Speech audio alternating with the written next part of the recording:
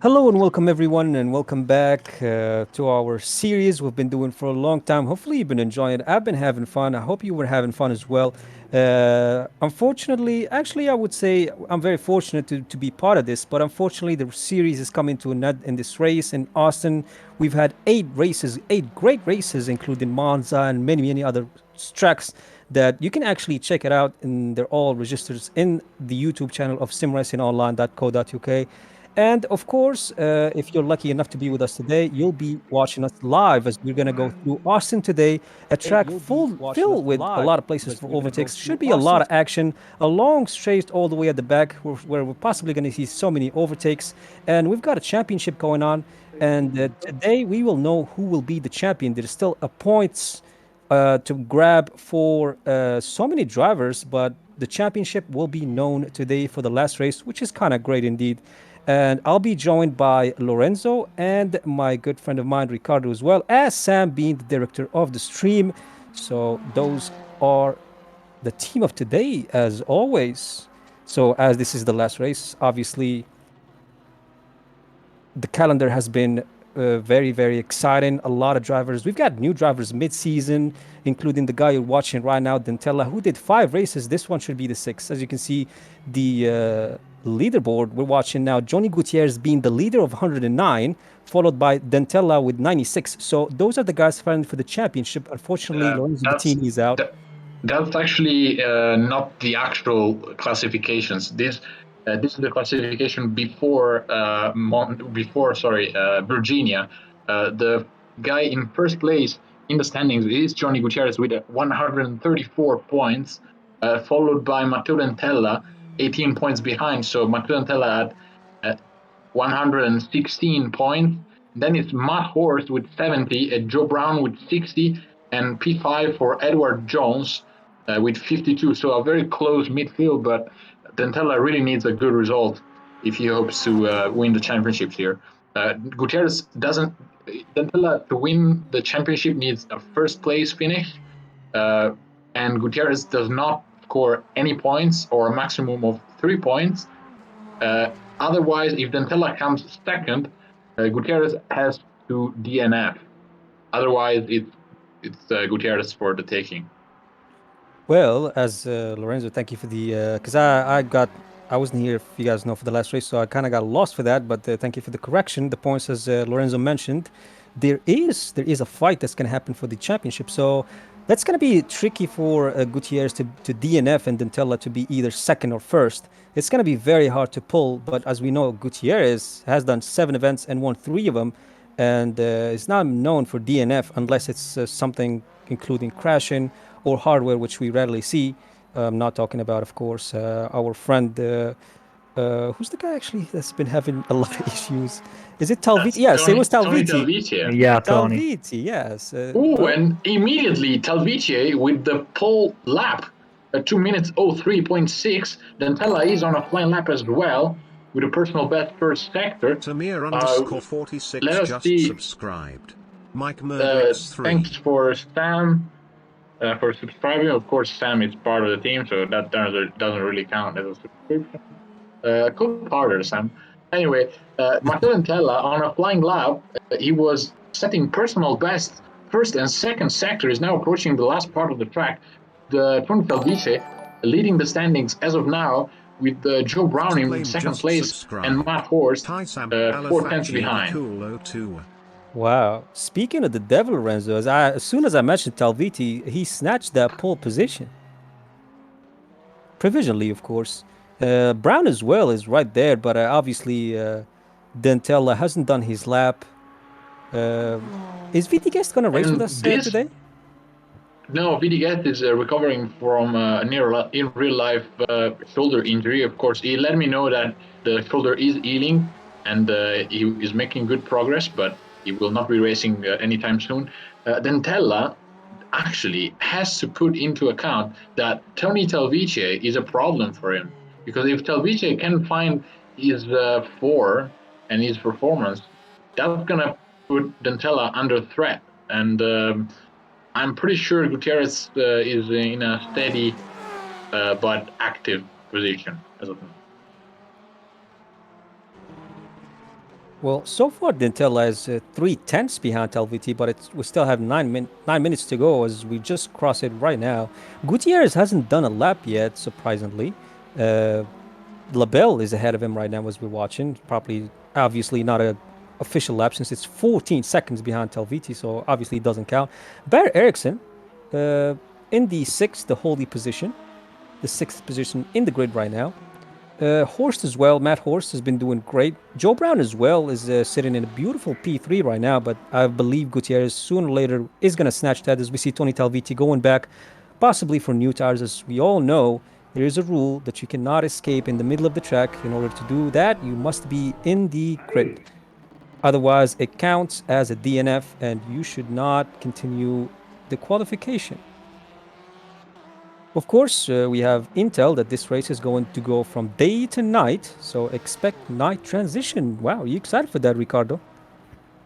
Yeah, definitely, definitely. Night transition is something that can really change the field up, can really change the card that everyone is playing. First of all, because it changes your, your points, your breaking point, and everything.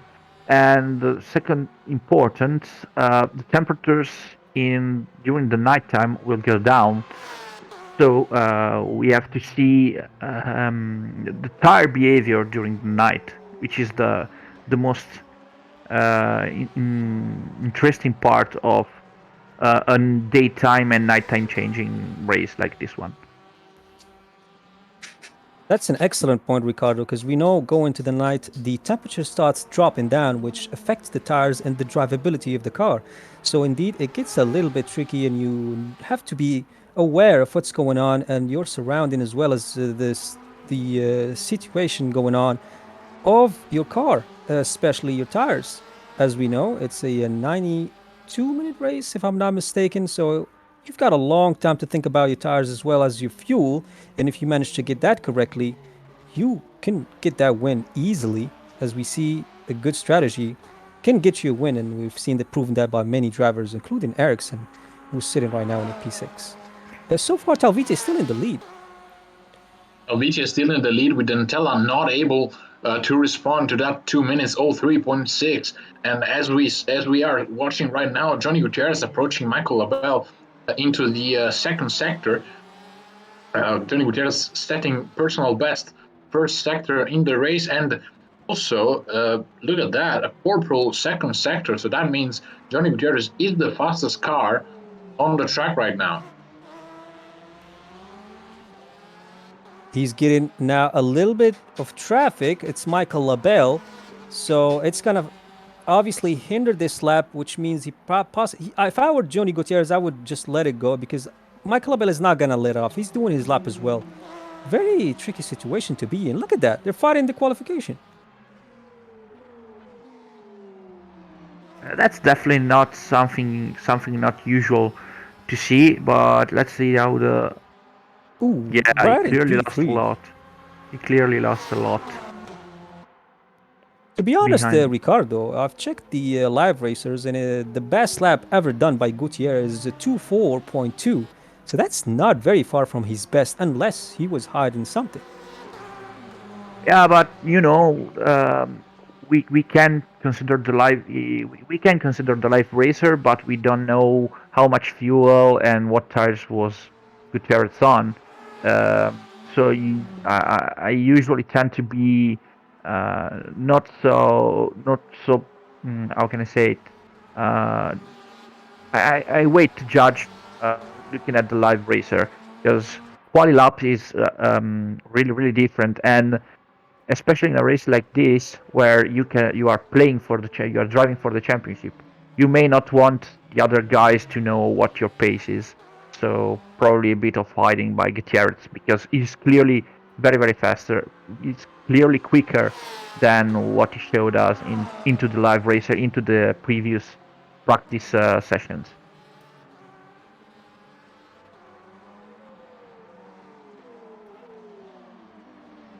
So far, Gutierrez, as mentioned by Ricardo, is still doing his lap and possibly did not want to uncover the real pace. Look at Dentella. That was the fastest first sector in qualifying. Oh my. 0.04 of a second down Yeah, but compared to what Alvice previously said. We need to see if the Ferrari has enough top speed to catch a good lap time at the end of the second sector. Dentella with the draft from Tony himself. I'm pretty curious about this, guys. Wow, that's actually a very, very good position to be at. Look at that. He's 3 tenths up the fastest sector ever. And I think that split stream might have gave him a little bit of an upper hand, would you say? Would you agree, Lorenzo? Absolutely, and that is crucial because he now has a very planted car for the third sector. Ferrari looking to be working pretty neat in these conditions. Dentella then on his way to complete a timed lap. Last corners coming up. Make sure to lean hard on the curbs on the right. Point the car on the outside slightly. Make sure to touch the inside curb, but not too much. Power down as soon as you can. You didn't do a good last corner. Tony made another. 1/10 down. Look at Tony improved like 3 tenths again. Indeed, you're right, Ricardo. He actually got the fastest second sector too, with a 50.4, if I'm not mistaken. I noticed Tony had put some distance between himself and Matteo as we were watching, and that proves Tony does have an ace up his sleeves. I wonder what Gutierrez will do about this. Well, guys, it's strange to see Johnny that's lower compared to Talvice Dentella. Usually, he was like on the same lap times, but seems to have not found the right pitch for his port into this truck. Speaking of which, he's actually right behind Dentella Gutierrez.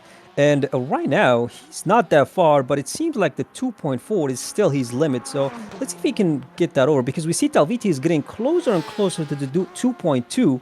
He's right now sitting in a 2 minute, 3 seconds, 0.2. But let's see if that split stream is going to give any advantage to Gutierrez, because he's literally right behind Dentella right now. I think Johnny realized that he needs the draft on the straightaway to hope to come close to the 203.3 that Telvici said previously. So I think that's a smart position to be in. And also, you want to play a bit of mind games with Dentella, just lurking behind him during qualifying, just making him know that you're right there and you're watching him. You're watching whatever he does. And this will be difficult for Dentella too, because probably Talvice showed up again in the worst race possibly for Dentella. I think Dentella aborted the lap. I think Dentella is in the pits. He did. You're right, Lorenzo. Wow. And still, let's see Gutierrez. Gutierrez as well was in an outlap, so that... I think Dentella might have realized that he didn't have enough to beat Talvice, but he didn't want to give Gutierrez a chance at the pole position.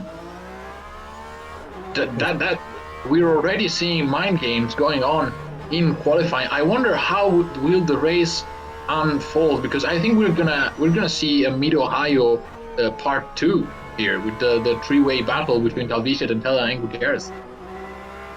Well, keep in mind, Lorenzo, that does no good for Dentella, because he needs Gutierrez to not score somehow.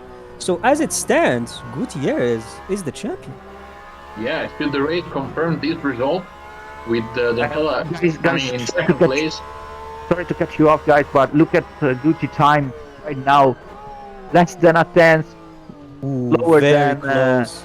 That's very close, but the Porsche is very, very loose indeed. We know Johnny Gutierrez loves to have oversteering cars, but the Porsche looking very difficult to drive into the S's, and it does have decent top speed. We're already seeing speeds up to 255 kph, and then heavy braking into the airpin, going left. Look at the power from the Porsche. Johnny Gutierrez having to fight the car to put the power down. That's the curve on the inside, almost full lock steering. The Porsche not able to keep the power on the track, but Gutierrez with a high sensitivity to whatever the car does, this is an amazing lap, boys. It He's was not the actually fastest. It was not the fastest second sector, so I don't think Yuki is gonna have pole position. He might just snatch the second place from Dantella if he does get a good Ooh. last corner it's the last oversteer. lap. Let's see how it's gonna stand out. He's actually very close, Lorenzo. Look at that. 2/10 is not that far. Oh my Oh. God, very close, very very close. With an amazing last sector. I told you guys, never underestimate Johnny Gutierrez because he's the former champion for a reason. Indeed, we Absolutely. have. But I don't think as Barrett Erickson's crossing the line, I don't know if that's the way you want to drive. Well, maybe we'll talk later after the quick reminder check of the standings. Well, we have Tony Talviti sitting in the lead with a record lap, actually, never seen in live racers, done it 2 or 3, followed by Matthew Dentella. And right behind him, we've got Johnny Gutierrez, as well as Joe Brown in P4, Barry Exon sitting in the beautiful P5, as well as Nick Newcomb in P6, Matt Horse sitting in P7, Thomas Hossel in P8, as well as Michael LaBelle, with actually in the top 10. So actually, he's in within the points. And the last guy in the points, starting from the grid, is Ed Jones. As he's right immediately goes to the track to warm up, and followed by Stephen Wenham and the VD guest who's not taking part. So 11 cars. I did expect a little bit more in the race, but so far it could turn out to be a very, very interesting race because the battle for the championship is still on as long as Gutierrez managed to somehow not score any points. Because even if he's last right now, he could score points because the last guy is P11, so obviously Gutierrez isn't going to fall all there. The top 10 gets the point. The point here was that even if he managed to be the last, obviously it's still tricky because as well as Dentella needs to stay in the P2 or P1 because he's got 18 points to grab from Gutierrez in order to snatch this championship. It's not over until it's over, but let's see how this is gonna pan out. The Yeah, as this championship is actually it's virtually closed. I mean, there are not many chances that Dentella can win this championship because Guti seems to be very very fast. I don't know if Guti can keep the same pace as the other guys because looking from the onboard, he was using his steering wheel a lot, and with that big steering angle, uh, you tend to like destroy the tires, especially with these cars. So it's going to be fun to see between the first three, the top three guys, which is going to who is going to be able to manage his tire, especially in this track. Many fast corners, many corners that use a lot of tire. For example, the triple corner right there at the end. So it's gonna be fun. And not to mention that we are even looking at a battle for the last place on the podium for the championship P3, if I remember well, between Joe Brown and Matt Horst. That's correct. They are separated by 10 points, so that is going to be another fight to watch. A bit of Italian now for our Italian colleagues in the chat. So Johnny Gutierrez è il primo pilota in questa maniera, questa prima parte di campionato che ormai si accinge a finire. Siamo nel round 8 di 8. Johnny Gutierrez che ha dominato la prima parte di stagione con 2 vittorie su 2 nelle prime 2 gare, però dalla terza in poi Dentella in grande spolvero si è presentato con stile vincendo 2 gare e purtroppo per lui ha buttato una grande chance nella scorsa gara a Virginia International Raceway perché con una strategia non ottimale a livello di gomme ha permesso a Johnny Gutierrez di riprendersi la leadership del campionato. Johnny Gutierrez che si trova adesso in prima classifica con 18 punti di vantaggio. Dentella è costretto praticamente a vincere la corsa e sperare che Gutierrez non arrivi nei primi 7. Tra l'altro, Lore, ricordo rapidamente, sempre per i ragazzi italiani, che Dentella è anche ha avuto la sfortuna di dover saltare una gara dove aveva fatto la pole, che è stata quella di Detroit. La Detroit, il secondo round del campionato dove si è presentato nelle qualifiche con un tempo mozzafiato, ha conquistato la pole position ma poi non è riuscito per un problema di connessione o di hardware ad iniziare a prendere parte alla gara. Davvero un peccato perché quella gara gli avrebbe permesso probabilmente di tenere di arrivare aperto. qui praticamente a parità di punteggio con il buon Johnny Gutierrez. Assolutamente.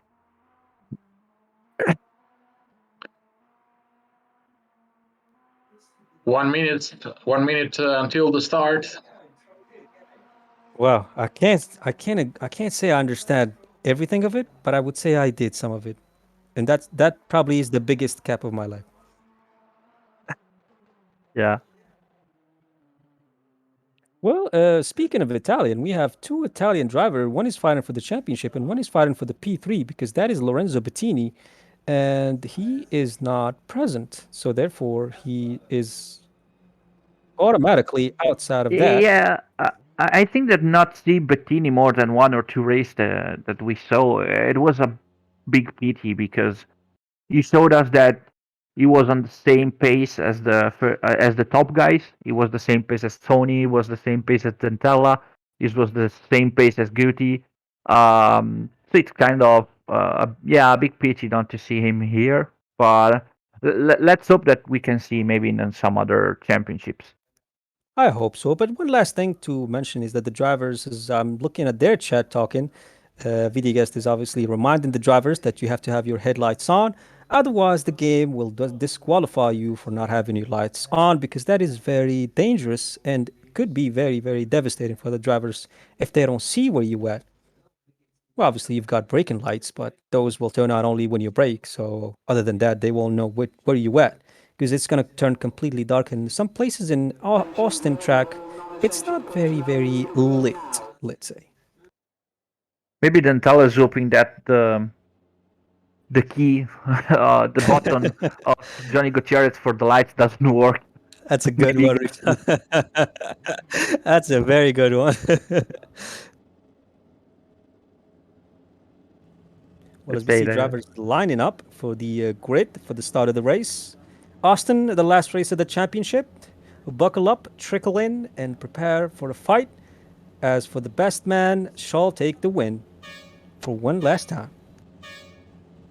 Of course, we got Di ricognizione in letteralmente pochi secondi. Ecco che Gutierrez parte e starà probabilmente dietro Dentella per mettergli pressione. Tony Talvitie correrà il giro di ricognizione e quando ritorneremo sul rettilineo saremo in gara. Tony Talvitie then conducts the formation lap from Matteo Dentella and Johnny Gutierrez. It's Porsche 1, Ferrari 2 and Porsche 3. So this is been the history of the season, really. Porsche versus Ferrari all the way. I want to take a shout out to Lorenzo Bettini, who was a big contender in the first couple of races. Then he kind of disappeared after a few bad performances, I would say. I think that would have been great to have him today, or at least in the title shot. So yeah, this is not ideal for Bettini, but at least Dentella is still here to tell the story. And nonetheless, in P4 we are watching the best of the rest, the Aston Martin, the green Aston Martin of Joe Brown. He has been a terrific player for his team this season. The only driver to really make that Aston Martin work in pretty much all the tracks. We have seen him perform very well in Pittsburgh. Then in a completely different track, like Maastricht, the City Street track. So I want to take a shout out to Joe Brown as well, because he has been, to me, the best of the rest, if you take out Johnny Gutierrez and Matteo Dentelli. well, Yeah, definitely. Not to obviously. mention, Laurie, that he has like a continuous improvement during the whole championship. He started to be a bit slower than the guy he actually has behind, and then he started to improve every race, probably get more confident and more knowledge with the car, and so he now plays. He's now driving for the P3 on the championship. So big result for him. Well, if you look at his statics, he actually started P10 in his first race, and the last race he ever done, he started P5 and finished in a podium, and he's done it twice in the season. So very, very good performance by Joe Brown indeed. Something to tell you guys, Lorenzo and Ricardo. I'm actually starting to become a fan of these drivers. Actually, I look forward to see them race, and I kind of want to know their opinions. And I'm literally a fan, if you want to call it like that. And Tony Talviti, Bettini, Dentella, Gutierrez, they're like big names. They are big names, in fact. They are big names, and the best of the lot in Sim Racing Online, of course, the GTE class is unforgiving, as we see Tony Talvicio then round the final corner to start the race in Austin. Tony Talvicio will lead them into turn one. He has the freedom. I think he has started. He already protects himself. Frontentella, who has a terrific start, goes on the inside with Tony Talvicio and takes the lead of the race. Joe Brown taking P3 from Guti and attacking on Tony. Amazing start by Joe Brown. Joe Brown then up into P3 and already attacking Tony Talvice for that second place. This is exactly what Dentella needed to do, and Johnny Gutierrez now finds himself in P4 behind Joe Brown. That is not what Johnny needed to have, although that is a safe position in terms of championship. There we see Byron Eriksson in P5, Thomas Holzel, and all the other guys behind them. So pretty much from the midfield lower, that has been confirmed from qualifying. But what a start from Dentella, aggressive since turn one. Absolutely on the point. And Joe Brown, speaking of the devil, already in the podium, asserting his name with gold and ink to be remembered. Look at that. Johnny Gutierrez is going to have a rough battle following Joe Brown. But Nick Newcomb side by side with Matt Horst. That is critical for the championship. Ooh, they are side by side. Matt Horst is getting closer and closer. I'm not sure if he's going to have enough. So he has to be courage to go for it. Is he going to have enough guts to throw it on the first lap? Because it's an endurance race. He's actually trying, but Nick Newcomb smartly closing the door, and Matt Horst almost spinning. He was struggling to lower the top speed of the Porsche. Seems to have a better top hand than the Ferrari. The Ferrari looking to be the car to beat in the mixed section of the track. And I think Gutierrez is in trouble, guys. Indeed. I mean, he's got Barrett Eriksson behind really close, and Joe Brown, he's ahead, not by far. So he's kind of sandwiched between these positions. So he's going to watch out for Barrett and as well somehow managed to best Joe Brown. But Tony Dalviti is not letting go of Dantella. Less than a second, and they're still fighting for that lead. Gutierrez almost spinning out as he is still behind Joe Brown. He's starting to get excited and feel the moment is already trying to weave and look for that entry, trying to actually play with the head of Joe Brown. But as we know, Joe Brown has been here, has done it before. Nothing is going to get him out of that position unless Gutierrez decides to do something different. And so far, it's been a lot of exchanges places. Nick Newcomb made 2 places indeed, and he's doing very good in P7. Thomas Hossel stayed in his position. Barry Eriksson now still behind Johnny Gutierrez. Now, obviously, Johnny Gutierrez has a lot of pace, so sooner or later, he has to make his way through the field. But Dentella, the best lap, leader of the race. And Dentella and Talvice already putting some distance between themselves and Joe Brown in 3rd place. I wonder if Barrett Eriksson has enough to worry Johnny Gutierrez, although I think they are teammates. So I'm not sure if Barrett Eriksson is going to play the team game or not. But there we see Johnny Gutierrez already onto the gearbox of the Aston Martin. I think he's going to try diving up the inside of Joe Brown. There we see him moving towards the inside. Johnny Gutierrez trying to take 3rd position, and what a pass.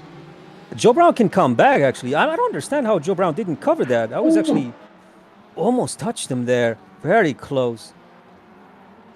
He could have protected that, Lorenzo. Did you see that? It was a little bit. I think Joe Brown does not give up so easily. I think he's gonna try his best to keep contact with Johnny Gutierrez and try to force a move on the American driver. I wonder if Gutierrez needs to risk race in these conditions. I think if I was Gutierrez, I would just sit behind Joe Brown, trying to save as much fuel as I can, because fourth place is a safe position. But as we know, Johnny is a very competitive guy, and I think he wants to prove everybody why he is first in the chart. Well, as it stands, as we all watch, he is the champion if he keep it this way. But it's a long race. We've got an hour and 24 minutes as we see Dantella still leading this race. Obviously, if you want to go out, you want to go out with your heads up. And so far, Dantella, he's going to go out with a win. So it could have ended any worse, I would say. Really, look at the Ferrari, just so tidy into these fast corners. And unfortunately, I have to communicate that Matt Forrest is falling down the field. I don't know what happened to him, but he was P6 and in front of Thomas Holter. He now finds himself P8 behind Nick Newcomb. He definitely falls way back, but it's not over yet. He's still in the points. Obviously, everybody's in the points except Stephen Wenham. Absolutely, but first position is a good news for Joe Brown, actually, because I think that with these positions, Joe Brown gets the third place. Am I wrong? That's absolutely correct. Joe Brown is leading. Is in P3 in the standings, 10 points above Matt Horst, and that looks to be confirmed as it stands now. But of course, this is just the second lap or third lap of the race, so it's still a long way to go. Tony Talvici then closing himself to Matteo Dantella now for first place, and look behind them, because Johnny Gutierrez is making a good recovery. Gutierrez is definitely making a good recovery after he got past Joe. That was the obstacle that could have done something and could have absolutely slowed him down a little bit, but he managed to pass him quickly because it looks like Brown didn't resist enough to me, but I'm not sure about that.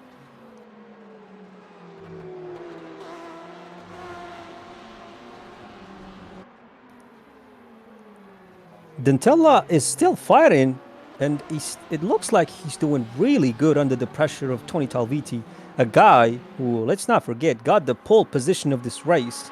Ooh, a new best lap time by Johnny Gutierrez, 2:05.4. Gutierrez already thinking of his strategy to pass these two guys. I'm pretty sure he's not going to wait too long. Matteo Dantella looking to, the Ferrari looks to want to cover more track, more distance compared to Tony Talvici's Porsche, which seems to be very pointed towards the front of the car. The Porsche naturally loose setup compared to the Ferrari, of course, due to that low boxer engine in the back.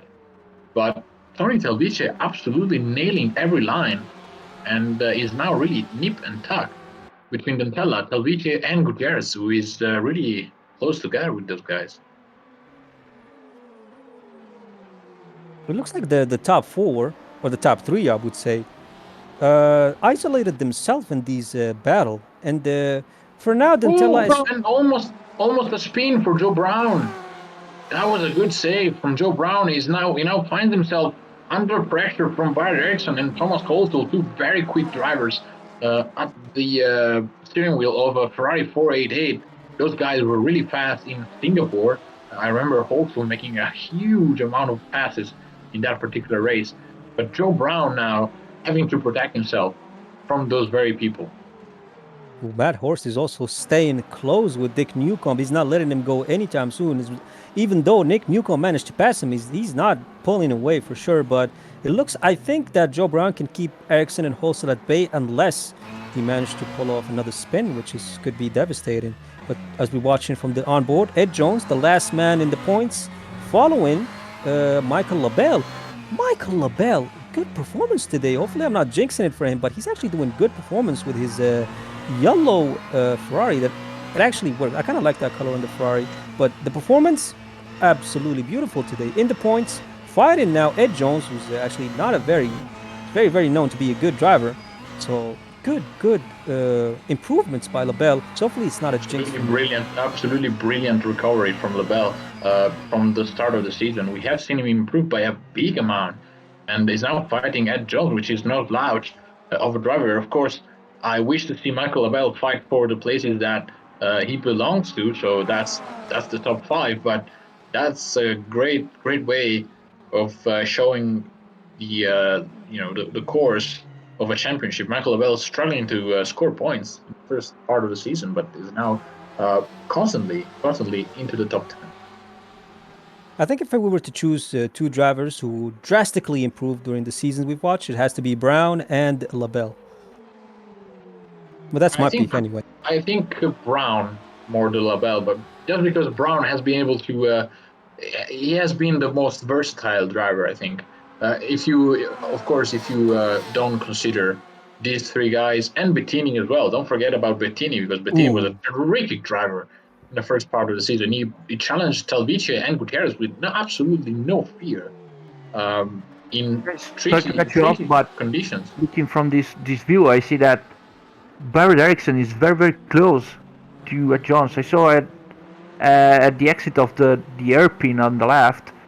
They were very close, almost touching each other. So Barrett Erickson on the fight, is putting on a fight with Joe Brown, probably aiming to get the 4th position.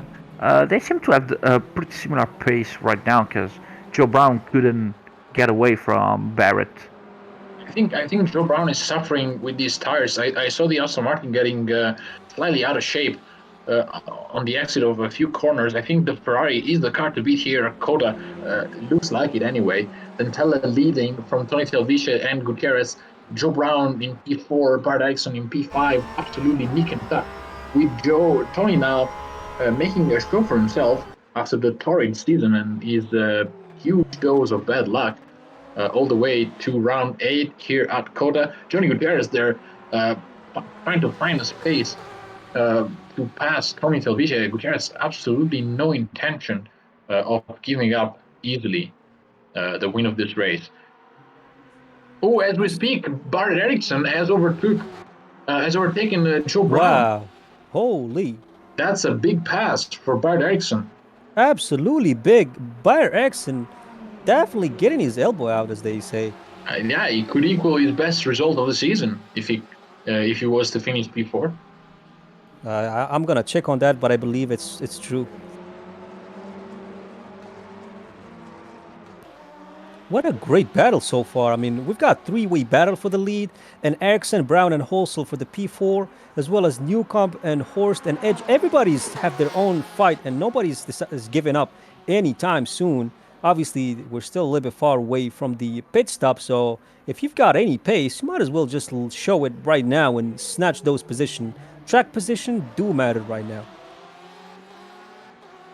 I'm going to do a bit of Italian commentary for my Italian friends in the chat. Dentella è al momento in prima posizione, ma è sotto pressione da 2 assi del volante come Talvice e Gutierrez. Gutierrez che in terza posizione sarebbe campione della serie GTE. Tony Talvice non è in lotta per il campionato, ma in questo momento è il terzo elemento un po' incognito della battaglia. Immaginatevi cosa succederebbe se Talvice e Gutierrez si dovessero scontrare e Gutierrez ottenere un DNF. Quello sarebbe lo scenario ideale per Dentella, anche se sappiamo che Talvice è un pilota in generale corretto e non è solito fare grossi errori, quindi stiamo a vedere. And guys, looking at the car, seems that the Ferrari has an amazing traction out of the airpins. As Thomas also side by side with Joe Brown onto the straightaway. Well, it looks like everybody's getting greedy right now. It looks like look at the speed of the Ferrari on the straight. He's got the inside. Close together. This is a milestone and stand a moment. Thomas also locks up and Joe Brown has to take evasive action. Also having to defend himself from very heavy braking and late braking as well from Joe Brown, who's absolutely on the edge of his seat. Joe Brown, look at the Aston Martin pointing the corner. The Ferrari absolutely close together with the Aston Martin. I think Thomas also has done a very good job at positioning himself for turn 1. He struggled a little bit to match Joe Brown's braking power, but I think that he made the move stick. I think Joe Brown's best chance is now after the straightaway into the second sector. Joe Brown is losing position. It's kind of awkward to see. It's not very normal, but it could be that Maybe Thomas. maybe it has something to do with tires. I don't know if Joe Brown is on the same compound. They're both on the softs. Thomas, Both on softs. Okay. yes, Thomas Hosel and Joe Brown, as far as I checked, they're both on softs. But somehow Joe Brown is a little bit off the pace, I would say, or underperforming right now for some reason. He obviously, as we saw, didn't get any damage, and if he did, it might be very, very light. So surely it's not that. But Joe Brown right now, very difficult position. Oh, and another battle going on between Nick Newcomb and Matt Horst. Nick Newcomb, of course, with what I think to be 42 or 46 points in the standings. Matt Horst, of course, frustrated because he wanted to battle with Joe Brown. I think Joe Brown needs to be careful because he is now in P6. Should the Knight bring major changes the order that we have now, Horst could make it, could gain 10 points over Joe Brown and pretty much even the score in the standings. It's gonna get very, very mixed because we've got Tony Talviti sitting in P8 in the championship with 29 points. So obviously him being in P2 or P3, it's gonna pull him all the way up. Then it's gonna open a position for Barrett Erickson and Nick Newcomb. Obviously Didier Coelho and Alpha Sanyo Alpha, if you remember him. Big lockup from Nick Newcomb. Matt Horst has a great chance now. He's now side by side, almost side by side with the Ferrari. Nick Newcomb choosing a conservative line into turn 3 and 4. Matt Horst playing the patient game at the moment. It looks like locking up is very easy to do. It's very easy, but you cannot afford to cook the tires too much on these GTE cars because they are very delicate. I'll tell you that. Matt Horst needs to position himself in a good manner for the hairpin because I think the Porsche has a little bit more top speed than Nick's Ferrari, although it depends on the setup, as we have seen many differences in terms of pace between the two cars. Wow, looks like the battle for the lead. It's not over. I don't know when it's gonna get over. I would assume probably when the night starts kicking in and the temperature starts dropping down, and we see people go into the pits and start thinking about the strategy. But so far, Tony Talviti, Johnny Gutierrez, and Matteo Dentella are all within 1 second of each other's. So it's getting very, very close there. And it has been for the last 10 minutes. I think it's a nerve-wracking game at the front. Matteo Dentella having a bit of a moment as he went a bit wide into the second to last corner. It didn't get a good exit from the last corner. Tony Talviti and Johnny Gutierrez are dangerously close now. Well, what Dentella wants right now is to Gutierrez to do something because his best dreams is to see Tony fighting Gutierrez behind him, which obviously is going to give him a little bit of a leverage to pull away a little bit. But if that doesn't happen, then Dentella is still within target of Tony Talviti, who's right behind it. But he's pulling a little bit, if you were noticing that, boys. He's a little bit falling down behind Dentella, or it could be that Dentella is actually getting his pace a little bit quicker than what he usually do. Consider it a quali lap if you want, but he's just trying to build the distance to cover little those mistakes like you just saw when he went over the curb.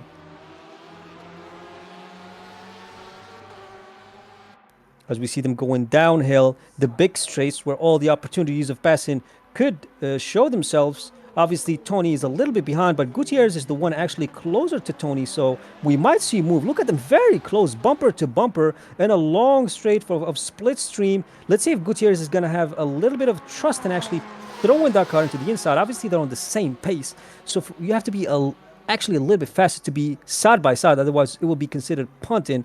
But let's see if Gutierrez is going to... Actually, he's not even looking at the inside. Maybe he's actually comfortable sitting there. So he himself, actually, he could be waiting for the two guys ahead of him to fight. But if Tony Talviti can't get any closer, it's going to stay like this. Well, I'll tell you what, Nas. The Matteo needs the win. So he's racing to win.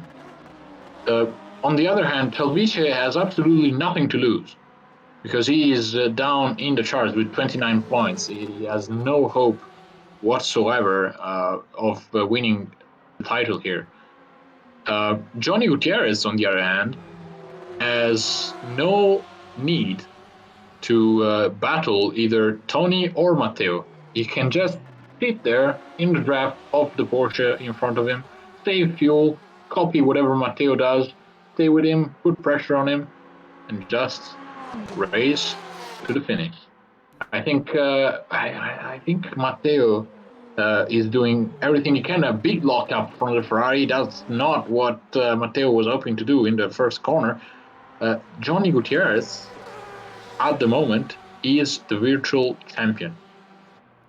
Well, obviously, if you're sitting like this and you don't want to do any take any, I would say, risks and snatch that win, you would be a champion. So, do you choose to be a champion? Or you choose to be the winner of today's race? It's actually as easy as it sounds as a driver. It's a difficult choice. As we see Matt Horst go in the outside of Nick Newcomb, but somehow Nick Newcomb managed to stay ahead. This fight is not ending anytime soon.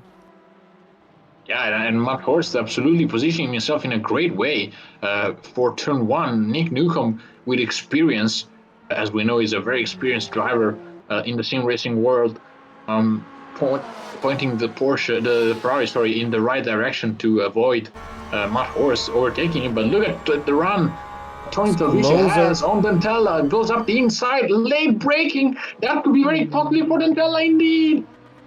Oh my God, that was very close. I think Dentella saw that. That was very close. Dentella saw that. It shows the wide trajectory and still keeps the Ferrari in front. What a battle. And Johnny Gutierrez wisely putting some distance between himself and the battle to avoid any weird contacts and any skirmish from Tony's car. Tony not respecting, I must say, Tony not being easy on Dentella at all, knowing that Absolutely Dentella not. is playing for the championship. They are absolutely close together. There is no space between the two drivers, and Dentella, with no fear, chooses not to defend into the last corner because I think Tony might just have the edge here, guys. As far as it looks, Lorenzo, this is very dangerous because Matteo Dentella has to trust Tony Talviti. Because look at that, the breaking points has to be literally the same. Big lockup from the Porsche. Tony Talvice was able to get away with it a little bit, but Dentella having and building a bit of a breathing space, at least for the first sector. I just like how Gutierrez just decided, you know what, guys, you guys have fun each other. When a crash happens, I'll just peacefully take that P1. Very smart, actually. He's actually playing the card game right here, and I won't blame him.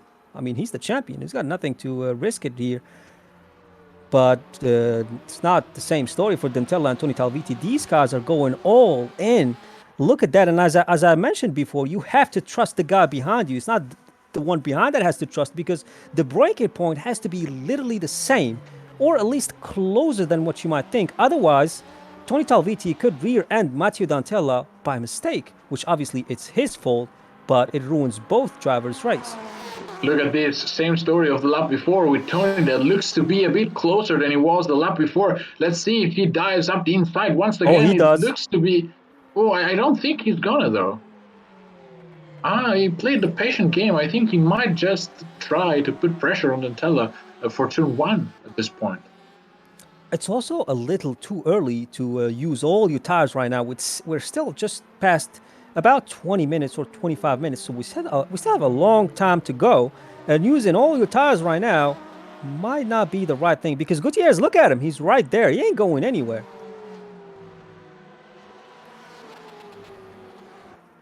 Obviously, a lot of grip needed in those double corners right there to keep the car stable, because we know the Porsche tends to be a little bit, rear dancing when you don't need it to, but it's in the hand of a safe driver, a fast one actually, Tony Talviti. Once again, it looks like that uphill always one of them always locks his tires. Well, obviously it's the elevation, but in the heat of the moment, you can't control everything, and once again they're still close. Wow, this must be very stressful.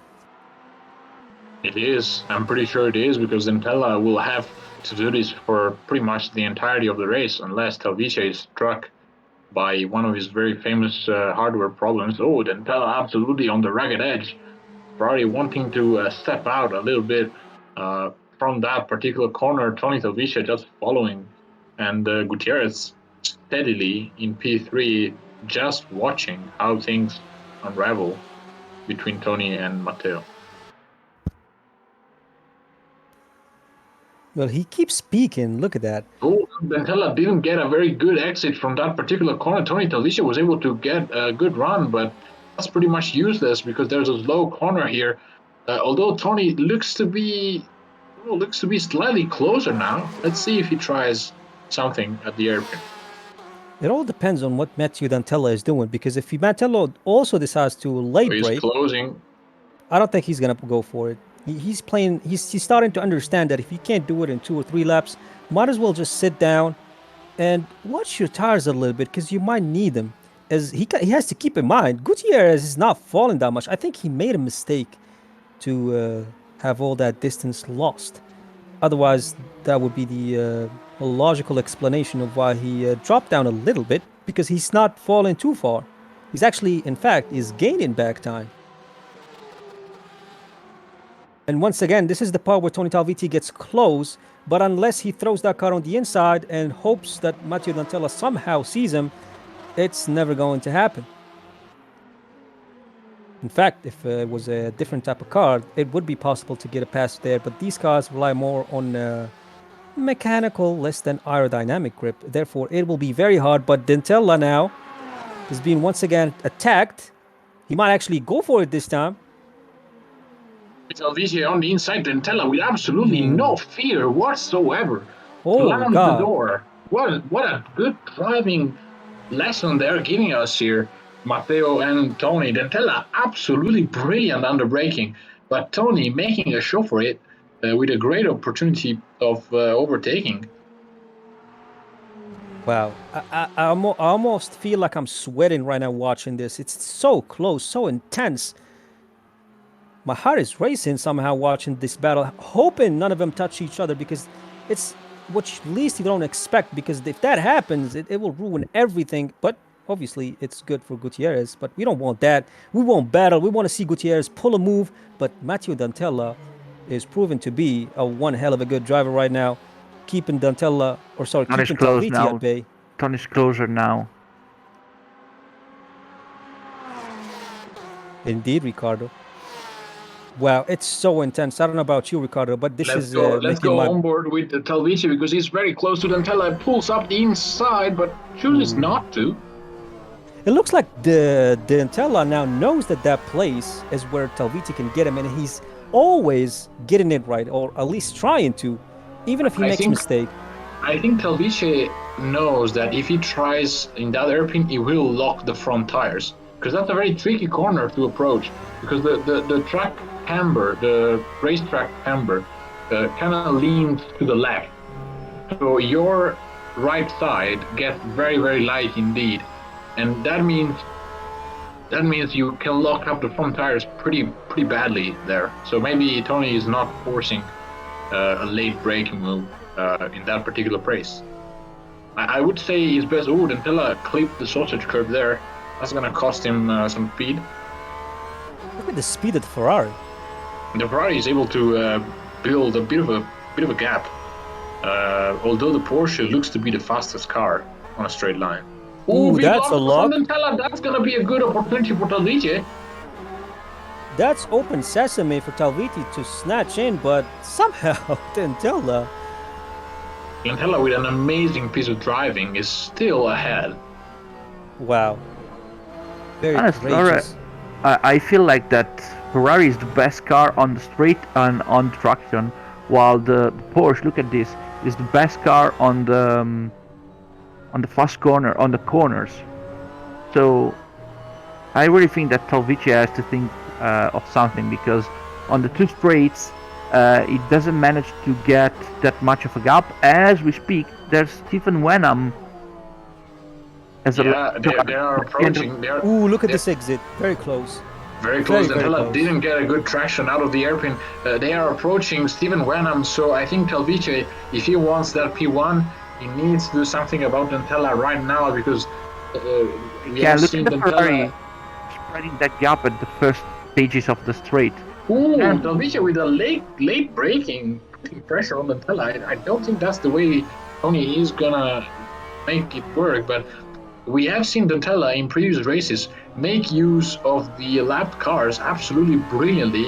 If you guys missed the Singapore oh, race, go look watch at that. Wenham! When I'm in the middle of the battle, makes way for Matteo and Tony to pass. No big deal. But that's not good news for Tony because he was Look hoping at those how traffic. look at how the Porsche is able to keep a tighter line into those fast corners. The Ferrari is not able to keep the line as tight as Tony is doing. Dantella is saying something else right now. He's proven. Look at that. The exit is always, especially right here. Yeah, This, I mean, don't you agree that this position is very dangerous? Imagine if it's the last lap. Because if I were and Tony, Wenham, guys, is the first car to pit, so probably was struggling with tires. that could be true. That could be true, Ricardo. Dentella is able to stretch the gap in the between the last corner and the first corner, and that is what makes him survive every lap from Tony Talvicia's pressure. But look Yeah. here, look how much on the mixed part of the truck the Porsche gets closer to the Ferrari. So the feeling is that yeah, the Ferrari is the best car on the braking and on the straight. Look at how much can Dentella spread the gap during the acceleration and the traction of this car. Look at That's that. very true. And if you notice Ricardo as well, the braking of the Porsche also seems a little bit tiny better than Dentella. Could be because of grip or tire issue, but to me, even the braking, it looks to be a little bit better than the Ferrari. But look at the speed that, well, usually the Porsche should keep up, but somehow Dentella is managing to get these exit speeds so high that it's keeping him surviving all the attacks and the Look pressure. at the brake of Tony. Yeah. He's he's not afraid to get closer to that Ferrari right there, is he? Absolutely not. And the thing is that maybe Tony's starting to get frustrated, you know, because you are behind this guy since the race started, basically. And I feel that Tony may have a bit more of pace. Not much, but a quicker pace, maybe 3-4 tenths per lap. Uh, but we were talking before the race, Nas. Indeed, being indeed. being quicker is one thing, and overtake is another. Usually, it is said that to have an easy overtake, you need to be between half a second and 1 second faster than the car in front to have an easy overtake. Very true, And Ricardo. Very true. this is not seeming that the situation we are in, because actually Dentella is spreading that gap. Because if you look at it from a point, being 2 tenths quicker and being ahead of a guy who you are 2 tenths quicker than him, but same consistency, overall, you're not going anywhere because you can count the split stream, especially in Austin. So that's why I think Tony Talviti needs to keep in mind if they're on the same pace, might as well just start playing the strategy game as we're already in the 56 minutes as we get a yellow. But everything said by Ricardo is obviously very, very true. As we see Tony locking up a little bit there, it seems like locking up doesn't affect him that much somehow. It's more of a long view thing that of locking up. If you constantly lock up every corner, every lap, your tires tends to consume slightly faster. So let's see, because right now Talvice seems to be struggling on keeping on the Tella's pace. Well, in fact, he has to worry about Gutierrez. But look at that. Somehow Gutierrez made a mistake there and lost all that momentum. It looks like Gutierrez is not, I don't know, he's not interested. He just wants his championship. I mean, I feel for the guy. Well, that's quite the correct behavior by Gutierrez. I mean, why you should get involved in a risky battle for the win when you can keep third place. and just win the championship. It would be stupid to get yourself in a fierce battle with Tony Salvici and Dentella to win the race. You don't have to win the race, and that's quite the opposite that Dentella has to do. Dentella has to keep this place and hope that something happens to Gutierrez. Um, Yeah, or get his headlights maybe. maybe that's what Dentella is hoping. So Can you imagine, Ricardo? As a matter of fact, Dentella and Tony do have their headlights on, whereas Gutierrez does not.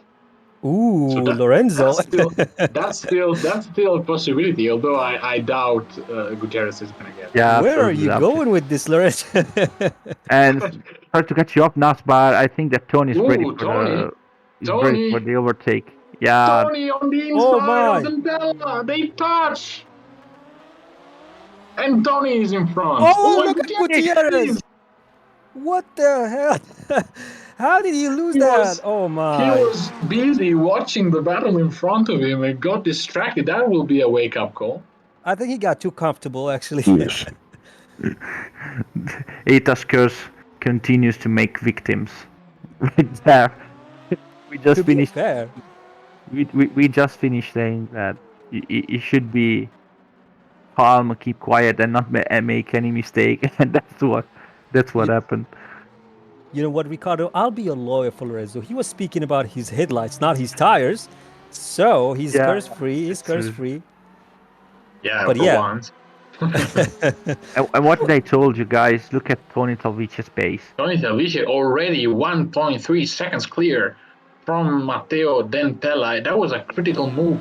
With as we are closing in towards the pit window, I wonder what Dentella will do about Tony Talvici being in first place. That's a major blow to Dentella's hope for a championship. Yeah. It seems that Matteo felt that blow, even on a psychologically way. I mean, exactly in the moment where it seemed that Tony was slightly getting slower, and Dentella was spreading a bit that gap. Tony make an amazing first sector, and was able to overtake him. So and now I think that Dentella knows that he doesn't have the pace to get on Tony. That's quite a bad moment for Matteo.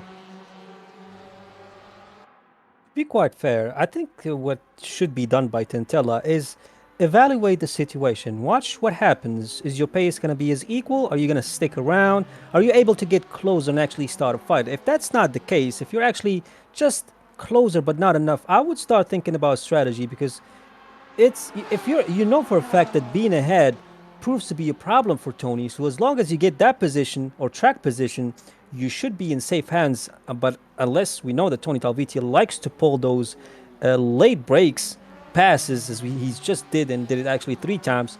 Uh, Actually, this is the solution I can think of for Dentella. But as a driver, so many things go on in your head, and you just follow what the instinct tells you. So much, pretty much. Well, unless you have a manager, of course, telling you what to do. I'll tell you more. As we see, Matt Horse still was not able to overtake Oh, Newcomb. speaking of which, Inside of Tom Nick Newcomb and almost collecting the Ferrari, he was locking out the front tires on both sides of the car. Avoid contact. That was a marginal save Yeah, from Matt Horse.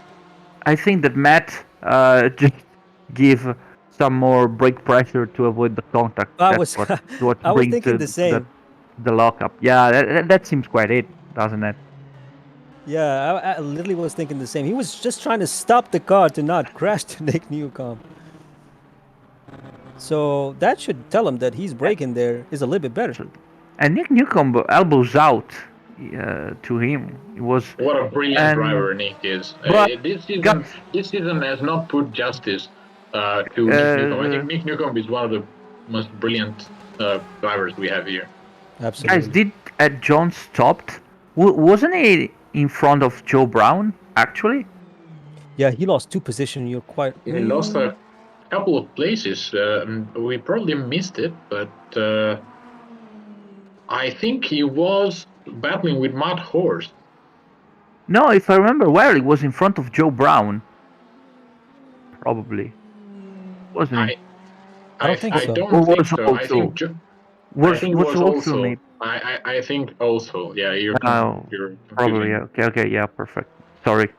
So it was also it also stopped already. Probably yes. I think he did. I think he did. Yes. I'll check on that. We may need to refresh the overlays because Labelle looks to be in the pits for 8 minutes, and that's not true, of course. That's has to be a record. That's quite a long stop. There we go. Michael Labelle then in a tidy 10th position, 1 point securing for now. Labelle, who has been a solid driver this season, we have seen a huge improvement by Michael, and what a great way of completing the championship with points finish. That would be great. Well, back to the pit discussion.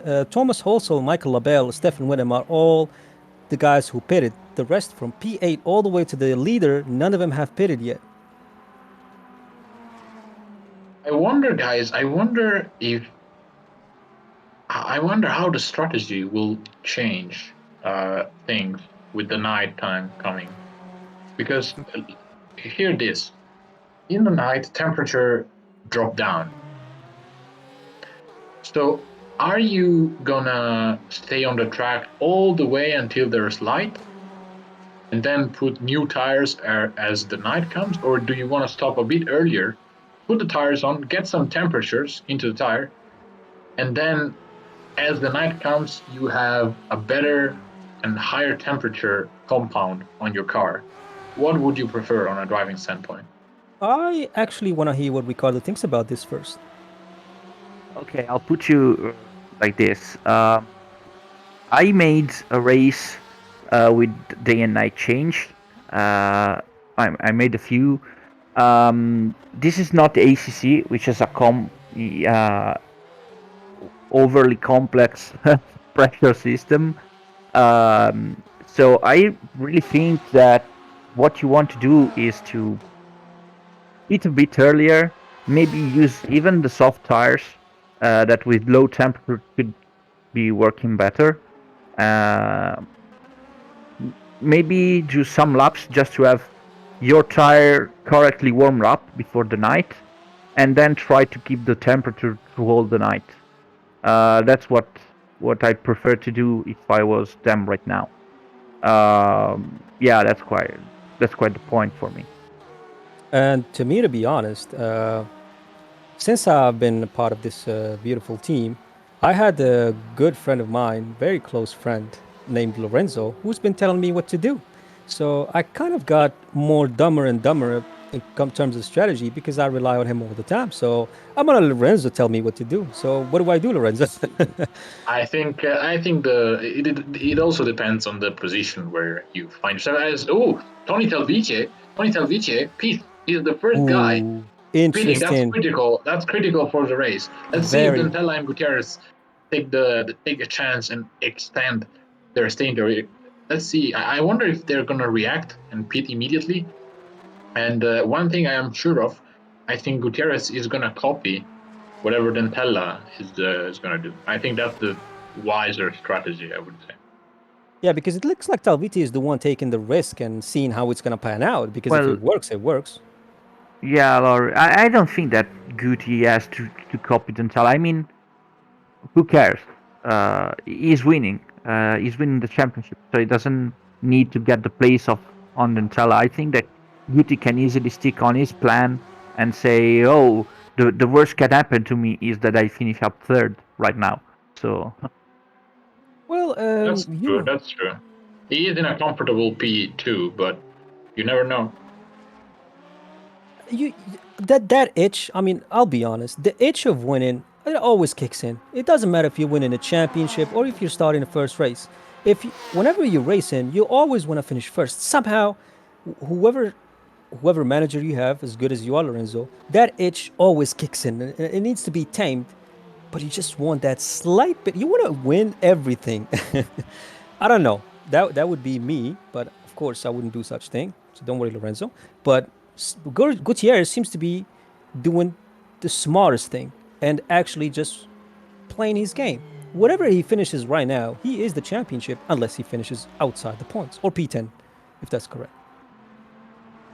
As to if Dentella was to win the race, Gutierrez needs at least P7. That's the current situation. I think unless Gutierrez finds himself in a contact and Dentella coming into the Dentella's pits beating. as we speak, Johnny Gutierrez, And Johnny that's the Gutierrez same. too. That's the same. So Wow. my You were right, manager Lorenzo. experience paid off there, but I think that's the wiser start. That is exactly what I would have done if I was Johnny Gutierrez. Just copy the guy you're battling. You have 18 points of advantage. You have to, I think, make and shape your race strategy on Dentella in this situation. Because worst case scenario that you can afford is finishing right behind him. Should Dentella finish P11, the worst you can do is P12. Should Dentella finish P5, the worst you can do is P6. Nothing less than that. That's how I would approach the Sorry start. to cut you off, but I think that Tony made the play, and I think he's going to have a. No, sorry. That's not true. I think Dentella got Tony. Look at that. He did. He did. And sorry to change the subject once again, but look at the leader of the race. That is, I mean, I know Joe Dentella, Brown. Talvicia, and Gutierrez have pitted, but how satisfying can that be for Joe Brown to be leading, and rightfully so? I mean, that's deserved lead of the race for Joe Brown. I mean, kudos to the Aston Martin driver. Absolutely brilliant stuff. Notice something, Lorenzo. Gutierrez pitted right behind Dentella, but somehow he's behind Talviti. Yeah, that's what I was telling you guys. The worst that you can afford is copy the guy the guy in front of you and just lose out a little bit. But now Gutierrez finds himself into P4, and I think Tony. Oh, Tony very on the greedy. inside, and Dentella Oh, makes absolute contact. he actually Dentella will saved him. surely have damage. That's Wow. not good, guys. I think that's a pretty I bad. don't think we have finished already because I think that Dentella's going to try an overtake. It's game on now for Dentella. He actually saved him. Did you guys see that? Because he saw Matthews spinning and kind of just went to his side, and his car kind of sticked into his Porsche. I think that Tony helped him a bit because he hit the rear and then the front of the car of Dentella. So it probably was Tony with Dentella straight it just again. ricocheted. Yeah, exactly. Basically. Oh my. Well, what a lucky situation to be in, but lot of damage, like Lorenzo said, though. No, I don't think it's a hard damage. I mean, GT cars are quite. Well, we saw how Dentella's pace was hindered by a few contacts that he had in Virginia, and a few spins as well. So maybe what doesn't look to be a big damage does make a big difference. Although Virginia is a very different track compared to. Sorry guys, sorry, but let's see if no, it's still a bit far. Yeah, he was close. It's very close there. As we get a yellow flag in sector 2, not sure why that was. Nick Newcomb and Mark Horst continue their perpetual battle. They're also absolutely brilliant stuff from the two drivers. And Thomas also with his stop lost a lot of seconds because he was much in front of Newcomb and Horst before. That may be the reason why we had the yellow flag in sector 2. I don't know. That could be it. It comes closer to Joe Brown, the virtual leader right now. Well, he's gonna fight for that lead. I mean, he's leading right now, so it's not blue flag, so he doesn't have to let any of them pass. Let's see. Yeah, but another thing that we were talking about before the race. True. Yeah, It's like we predicted, Ricardo, didn't yeah, we? a lot. If I was Joe Brown, I won't be defending. I mean, they are clearly faster than you. It's only going to make you lose time than gain. So just move, Right. let them through. You know, it's not your fight. I think That's not your fight. Brown may be under threat from Ericsson actually if he keeps going. It should be. Yeah. I think he needs He's to losing a lot stop. of time now. Yeah, but at least he will be having an amazingly fresh tire at the end. Yeah, Oh, spitting look at now. this! Spitting. Dentella! Oh, Oh he my. just backed off. That was a great opportunity for Dentella to take on Tony Telvici as Joe Brown made his way into the pit lane. Actually, I want to see where Joe Brown is gonna end up because like you said, Lorenzo, he might actually end up behind Ericsson. Oh, Because Oh, Ericsson, Dentella diving up the inside and just ooh, being cut off by he, Tony. I think he was expecting a little bit of space, but just Tony shut it down completely. I think that was not a great way of finding the overtake because now Dentella finds himself almost 1 second behind the flying Finn. I mean, I can each see moment you spend behind. I can see the laughing face of Guti right now, saying, "Ha ha ha ha! You two keep going." That I love that. Yeah, I he's love that. waiting. But He's waiting for the lava to explode and possibly get both the drivers eliminated because this fight is very, very dangerous from every perspective. They're very close, both of the same pace, and none of them is backing out. So we have 38 minutes. How long is it gonna go? I mean, Nas, Tony surely won't back out because he wants to secure a victory after all that happened to him during the series.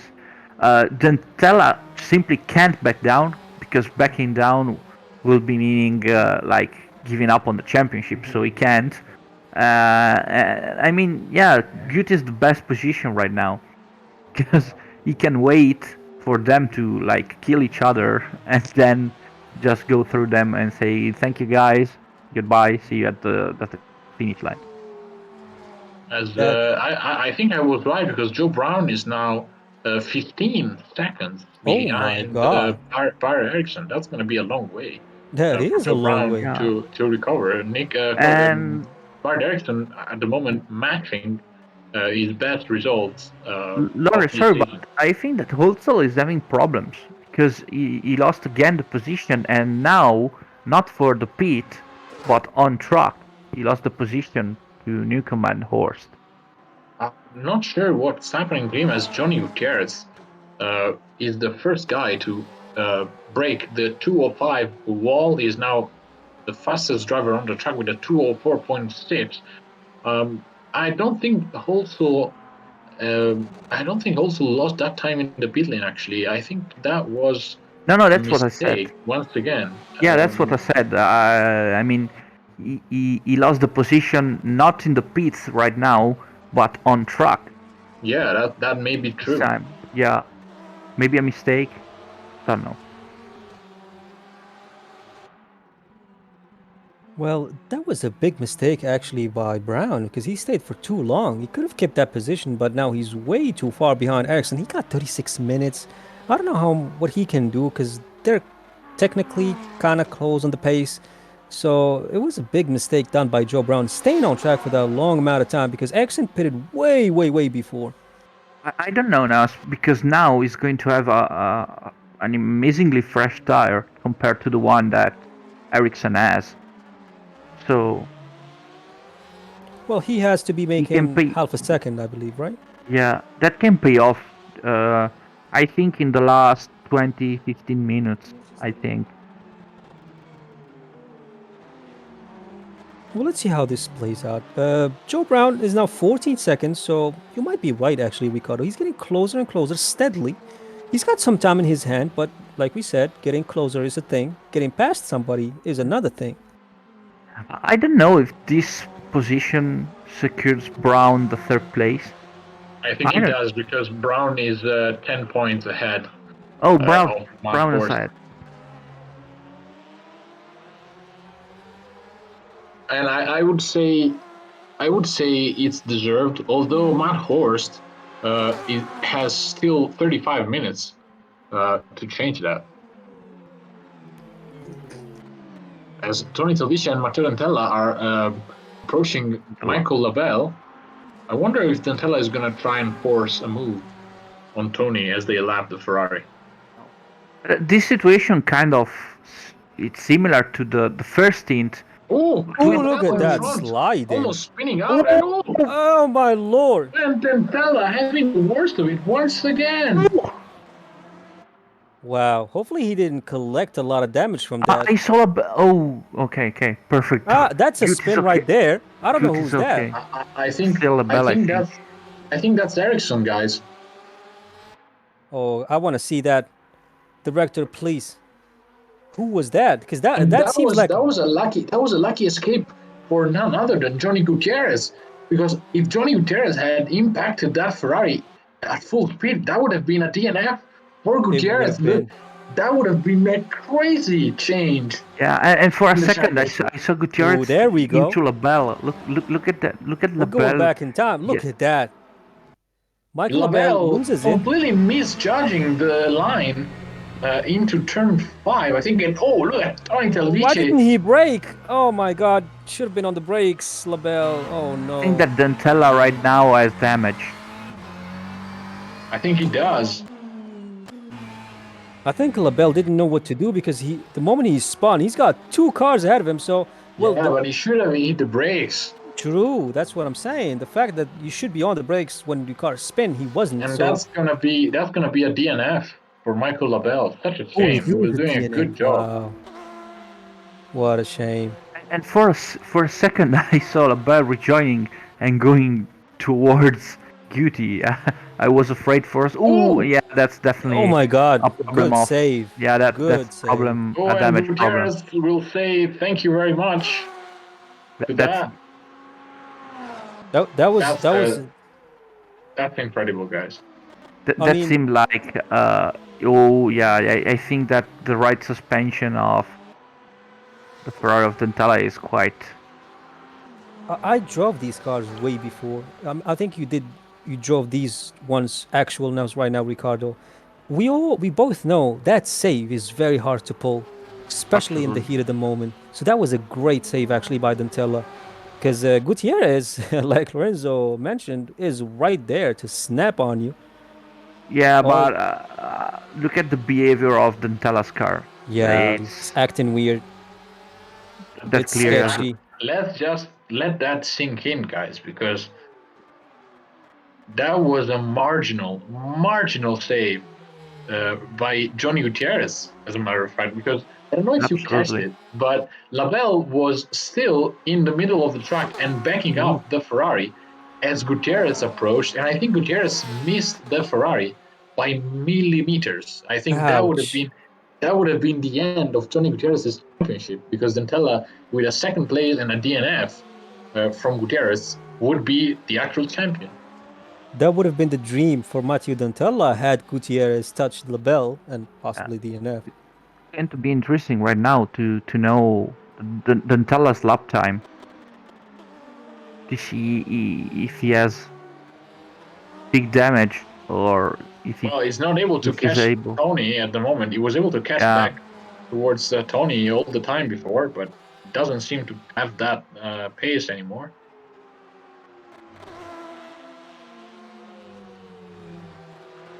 You're watching his laps, Ricardo. His pace is relatively the same, but not. Let's see close. Right now. I don't think it's close to get to Talvici, but he's surviving right now. Gutierrez is definitely in the right now. Dantella gained half a second on Tony. I think Tony is not pushing though. Yes, that's what I was thinking. He's just playing smart, saving his tires, and actually making Dantella think he's actually pulling on him. But the moment he gets close, well, I don't know if that's actually the smart thing to do. You should build distance. If you're the leader, you should push as hard as you can and build that distance. Well, obviously, it's half an hour to go. Guys, maybe Dentala doesn't have big damage, Yeah, and maybe maybe we he's are on a overestimating the damage that Dentella has. Could be, could yeah, be. because Dentala's him on a good pace right now. Look at how much time he's Oh, and gaining. a lockup from Tony Soldice as well. So nothing is yet settled. And I think, guys, we are 2/3 into the race. I think there's a full 30 minutes stint left into the race, and I wonder if a situation like what we just saw with Labelle is going to unfold again in the future, because it might just do that with Steven Wenham. I don't know if you're foreshadowing, Lorenzo, but I see what you're thinking. Because it's not over, and with the time we have, Dentella, Ooh, oh my lord. What happened? He lost his back there, but somehow managed to stay ahead of Gutierrez. He's just a slight bit of slide in that could have actually lost the car, but somehow managed to save it twice. Oh my lord, Dentella is playing with my heart right now.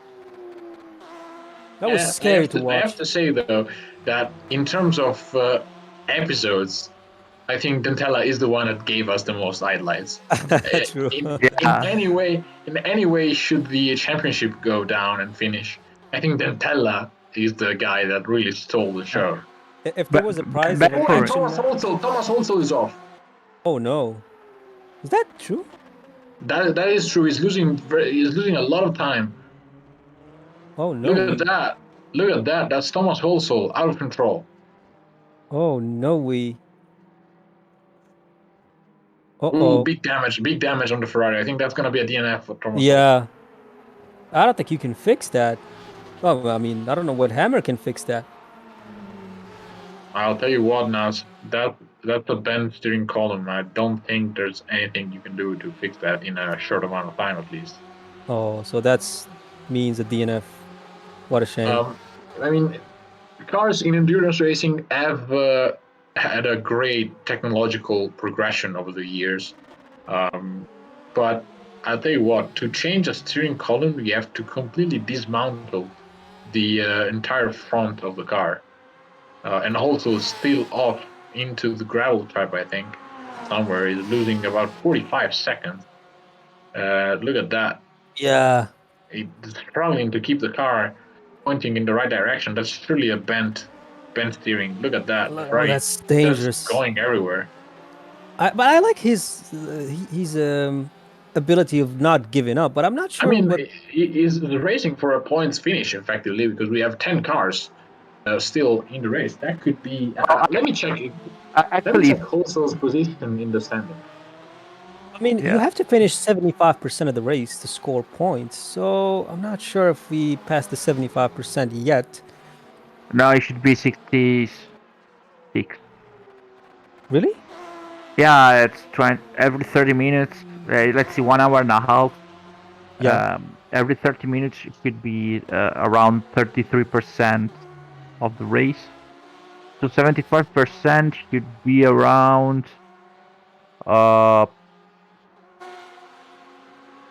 let's say 23, 22, 23 not minutes. far. Not far. No, absolutely not far. You just have to hang on for just a slightly bit as Lorenzo is checking his position right now. He come up with us as soon as he does the calculation, but so far he is not. To be honest, guys, Dentella is proving to have an amazing pace. Because like two laps ago, it was 3.5, and now he's under the 3 seconds gap of Tony. So it's proving that to us that he has an amazing pace. Actually, he's definitely adapting because I think he started driving as he normally does and started to see that those slight damages affected the car a tiny bit. So he's actually adapting very quickly and realizing that, okay, I've got Gutierrez behind. He shouldn't pass. Let's think about that and let's drive this car and not spin anymore. And possibly if Tony Talviti gets any closer, we could get past him.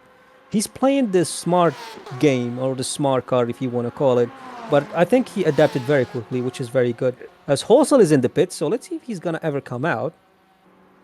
I hope so. I really hope so. He's in P9 right now, so that's about 2 points, if I'm not mistaken. But so far, it's gonna be a very long pit stop. I mean, if it's like Lorenzo said, It's gonna be over 1 minute and a half. Sure.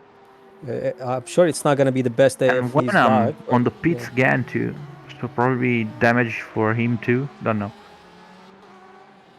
And Wenham is in the pit.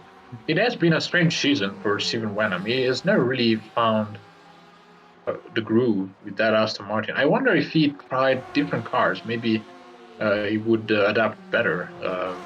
Although I don't really know the guy, so I don't know what maybe it was a matter of setup or just I don't really know. It's a shame to see him always in P10 or P11. I think he deserves Um, better than that.